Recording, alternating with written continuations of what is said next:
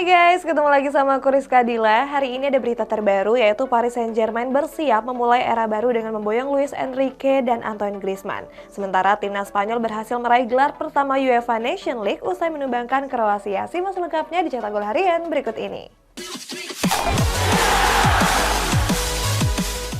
Kita awali berita hari ini dari hasil pertandingan UEFA Nations League. Ada Spanyol yang berhasil meraih gelar setelah menang lewat babak adu penalti menghadapi Kroasia. Sementara timnas Italia berhasil mengamankan tempat ketiga setelah mengalahkan Belanda dengan skor tipis 3-2. Timnas Spanyol berhasil meraih kemenangan di partai final Liga Negara saat berhadapan dengan Kroasia. Di laga ini, skuad La Furia Roja menang lewat babak adu penalti. Kedua tim sama-sama bermain ngotot sejak menit awal pertandingan. Namun peluang demi peluang gak mampu dimanfaatkan dengan baik untuk memecah kebuntuan. Hingga wasit menuju peluit panjang gak ada terjadi gol dan skor masih kacamata. Hasilnya pertandingan harus dilanjutkan ke babak adu penalti. Di babak ini Spanyol berhasil menang dengan skor akhir 4-5. Dari skuad Vatreni, Lovro Majer dan Bruno Petkovic gagal menjalankan tugasnya dengan baik. Kemenangan ini membuat skuad asuhan De La Fuente meraih gelar pertamanya di UEFA Nations League. Timnas Italia melakoni laga perebutan tempat ketiga Liga Negara saat berhadapan dengan Belanda. Dalam laga tersebut, skuad Gli Azzurri menang dengan skor tipis 3-2. Di babak pertama, Italia berhasil mendominasi jalannya pertandingan. Terbukti mereka melesakkan 2 gol melalui Federico Di Marco dan David Fratesi di menit ke-6 dan 20. Lalu memasuki babak kedua, pasukan Orange langsung memperkecil kedudukan lewat Steven Bergwijn di menit ke-68. Beruntung 4 menit berselang, Federico Chiesa kembali memperlebar kedudukan. Sebenarnya Wout Weghorst sempat melesakkan gol di menit ke-82 laga. Namun gol tersebut harus dianulir setelah wasit mengecek tayangan ulang VAR. Belanda cuma mampu memperkecil kedudukan lewat Georginio Wijnaldum di menit akhir. Kemenangan ini membuat skuad asuhan Roberto Mancini menempati peringkat ketiga Liga Negara. Kita masuk ke berita rumor nih guys. Ada Chelsea yang resmi mengajukan tawaran fantastis kepada Brighton demi bisa mendatangkan Moises Caicedo. Sedangkan Manchester United mengincar Ollie Watkins usai gagal mencapai kesepakatan dengan Harry Kane. Chelsea serius ingin memboyong Moises Caicedo ke Stamford Bridge pada bursa transfer kali ini. Pasalnya The Blues sudah siap mengajukan tawaran resmi kepada klubnya yakni Brighton. Dilansir dari jurnalis Fabrizio Romano, kabarnya pihak Chelsea sudah melakukan pembicaraan personal kepada Caicedo. Hasilnya pemain berusia 21 tahun tersebut juga bersedia pindah ke Chelsea.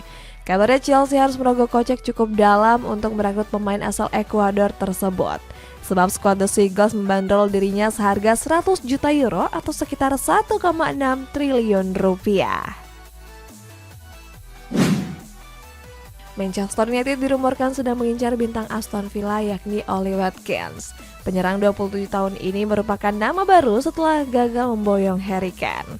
Seperti diketahui, Manchester United menganggap harga yang dipatok Tottenham Hotspur terlalu mahal. Sebab Spurs menginginkan 100 juta euro untuk Kane. Sementara untuk Watkins, The Red Devil bisa mencapai kesepakatan di bawah harga tersebut. Selain itu, penyerang Aston Villa ini gak kalah gacornya dari Kane. Dia sukses menyelesaikan 16 gol dari 40 pertandingan di semua kompetisi musim ini. Alexis Sanchez ditolak secara langsung oleh Mikel Arteta setelah mengungkapkan keinginannya kembali ke Arsenal lewat telepon. Selain itu, skuad The Gunners dapat lampu hijau dari Kai Havertz untuk bergabung di musim panas ini. Alexis Sanchez gencar dirumorkan bakal kembali ke Arsenal. Pemain asal Chile itu saat ini berstatus bebas transfer usai kontraknya selesai bersama Marseille. Menurut laporan dari Mail Sport, Sanchez sudah menelpon Mikel Arteta agar bisa kembali ke skuad meriam London. Sayang, keinginan winger 34 tahun ini harus bertepuk sebelah tangan. Pasalnya Arteta menolak kehadiran Sanchez di skuadnya musim depan. Manajer asal Spanyol ini lebih suka mendatangkan pemain muda yang punya potensi untuk berkembang.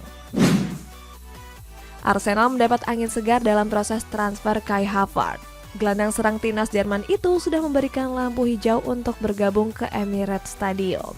Itu artinya skuad meriam London tinggal mencari kesepakatan dengan Chelsea. Sayangnya negosiasi berlangsung dengan sangat alot dan berselisih lumayan jauh. Pasalnya Chelsea meminta biaya transfer sebesar 75 juta pound sterling.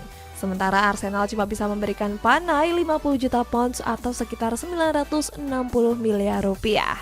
Meskipun begitu, skuad The Gunners yakin akan mendapatkan hasil yang positif dalam waktu dekat. Newcastle United saat ini sedang merombak skuadnya untuk mempersiapkan diri di musim depan. Pasukan Eddie Howe tertarik menggayat Marco Kurela di musim panas. Dilansir dari Daily Mail, peluang The Magpies untuk merekrutnya cukup besar. Alasannya karena Chelsea siap melepas ex-Barcelona itu kalau ada tawaran sebesar 30 juta euro. Apalagi saat ini Cucurella juga perlahan mulai kehilangan tempatnya usai gagal bersaing dengan Ben Chilwell. Dengan begitu, skuad The Blues gak keberatan kehilangan sang pemain.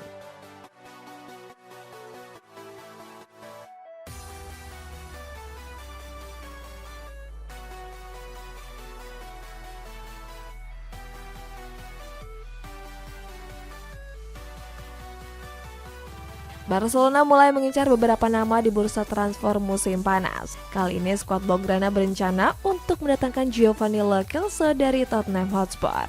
Skuad asuhan Xavi Hernandez kepincut dengan Lo Celso saat dia dipinjamkan ke Villarreal. Di musim ini pemain asal Argentina itu berhasil tampil sebanyak 29 laga dan mengemas 3 assist. Alasan lain Barcelona ingin merekrutnya karena harga sang pemain dinilai murah. Skuad The Lilywhite cuma memagari pemain 27 tahun ini dengan mahar 20 juta euro. Next, ada Paris Saint-Germain yang berencana mendatangkan Antoine Griezmann untuk menjadi tandem Mbappe. Selain itu, Luis Enrique hampir mencapai kesepakatan untuk melatih PSG musim depan.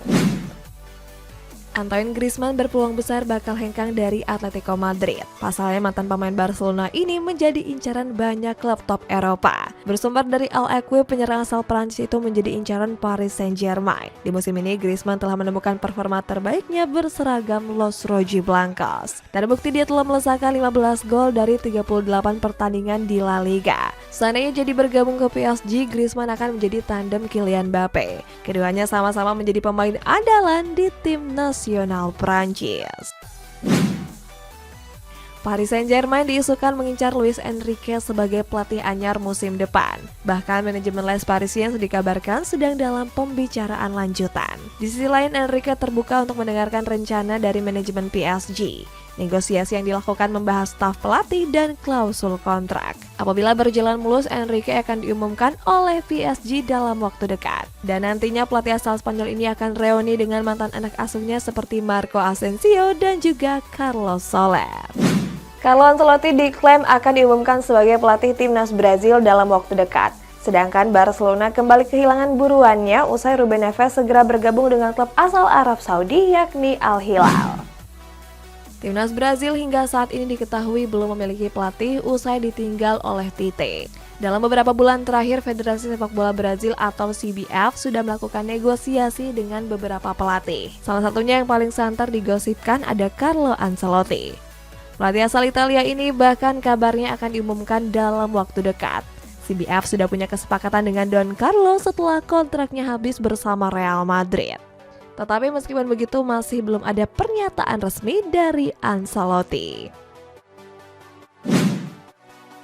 Edin Dzeko berhasil tampil gemilang dengan membawa Inter Milan ke final Liga Champions. Ex-bomber AS Roma ini sudah mengemas 14 gol dari 52 laga yang dimainkan. Namun kontrak pemain 37 tahun ini akan habis pada akhir bulan Juni nanti. Belum ada tanda-tanda kontrak Dzeko akan diperpanjang oleh Inter Milan. Mendengar hal itu, Fenerbahce siap menggoda Dzeko untuk pindah ke Turki.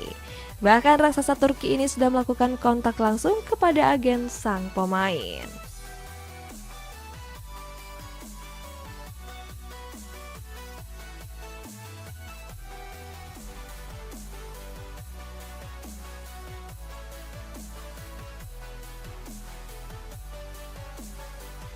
Para pemain top Eropa berbondong-bondong pergi ke Liga Arab Saudi. Tawaran gaji besar menjadi alasan utama mereka menerima pinangan dari klub Saudi Pro League.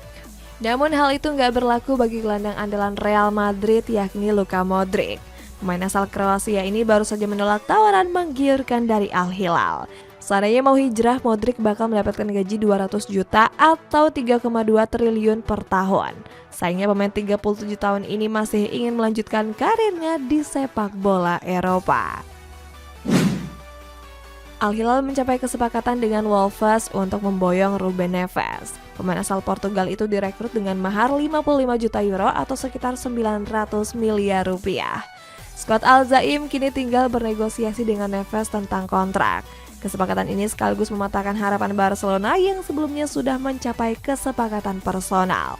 Namun skuad Blaugrana nggak memiliki dana untuk menebus maharnya dari Wolves. Selain Neves, Al Hilal juga hampir deal dengan bek Chelsea yakni Kalidou Koulibaly.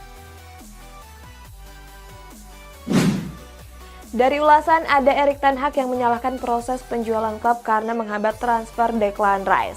Sementara di kabar penutup ada Sintayong yang siap memberikan kejutan kepada Argentina di laga FIFA Matchday. Arsenal diketahui sedikit lagi hampir mengamankan jasa Declan Rice dari West Ham United. Skuad The Gunners bersedia menuruti permintaan skuad The Hammers dengan mengeluarkan 100 juta pound sterling. Namun kesepakatan itu membuat Erik ten Hag marah besar. Pelatih asal Belanda ini menuding proses pengambil alihan klub membuat skuad Setan Merah nggak bisa bersaing mendapatkan Rice. Nggak cuma Rice, ten Hag juga menyebut proses ini juga menghambat transfer lainnya. Ex-Ajax Amsterdam ini berharap keluarga Glazer nggak bertele-tele dan menyelesaikan sesegera mungkin. Timnas Indonesia akan menjalani partai FIFA Matchday menghadapi Argentina. Menjelang laga itu, pelatih Sintayong memberikan komentarnya. Manajer asal Korea Selatan ini bilang bakal memberikan kejutan di laga nanti. Akan tapi hal itu baru bisa diwujudkan kalau para pemainnya bisa menjalankan instruksi dengan baik. Meski begitu, Sintayong optimis Argentina akan kerepotan nantinya. Sementara Lionel Scaloni memberikan pujian setinggi langit kepada skuad Garuda. Pelatih 45 tahun ini menyebut timnas Indonesia merupakan tim dengan teknik yang bagus. Di laga ini juga Scaloni membeberkan alasan mengapa dia akan merotasi pemain. Dia mengatakan kalau rotasi pemain dan perubahan strategi bukan karena Indonesia tim yang lemah, namun dia ingin bereksperimen dan mencoba taktik baru. Guys, nanti malam kan timnas Indonesia bakal ngelawan timnas Argentina. Kira-kira skornya bakal berapa? Komen di bawah ya guys, sampai jumpa.